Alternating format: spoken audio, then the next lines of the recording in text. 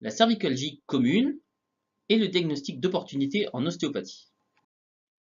Il n'y a pas de prérequis pour suivre cette capsule, mais je vous invite à visualiser les capsules ci-dessous pour mettre en lien cette capsule, ce contenu, avec le reste de façon plus transversale. Il faudra maîtriser les conséquences relatives aux cervicalgies communes ou symptomatiques et la sémiologie correspondante. Alors, en ostéopathie, on a beaucoup de gens qui viennent consulter pour des cervicalgies, et la plupart du temps, elles entrent dans le cadre de cervicalgie commune.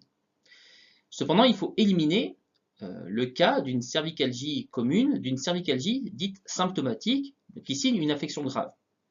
Il faut savoir que dans les cervicalgies symptomatiques, on peut avoir des troubles d'ordre tumoraux, infectieux, inflammatoires, neurologiques ou post-traumatiques. Au niveau tumoral, on peut imaginer par exemple avoir des métastases, une localisation myélomateuse par exemple. Sur le plan infectieux, on peut avoir des spondylodycites.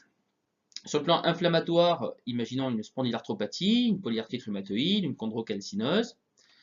Sur le plan neurologique, on pourrait avoir des tumeurs, une tumeur intrarachidienne ou de la fosse postérieure. Sur le plan des traumas, c'est là où on peut avoir, donc c'est quelque chose qui est assez fréquent, par exemple des fractures. On pourrait imaginer qu'il y a eu des fractures et des luxations. Mais le risque de méconnaître en fait ces lésions est lié à la difficulté de réalisation des clichés dynamiques au décours immédiat du traumatisme. Et donc, normalement, ça impose de pratiquer à distance des clichés 8 à 10 jours après. Donc, il faut particulièrement rechercher sur ces clichés, d'ailleurs, des atteintes de la charnière cervico-occipitale qui correspondent donc à des fractures qui seraient passées inaperçues, par exemple de l'apophyse odontoïde.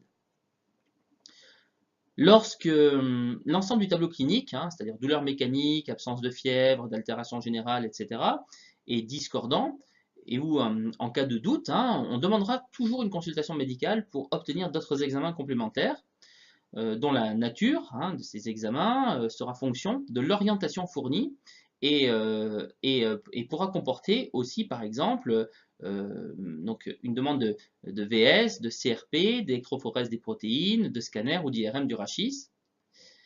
Alors, pour la cervicalgie commune, dans la majorité des cas, c'est le diagnostic qui est finalement retenu.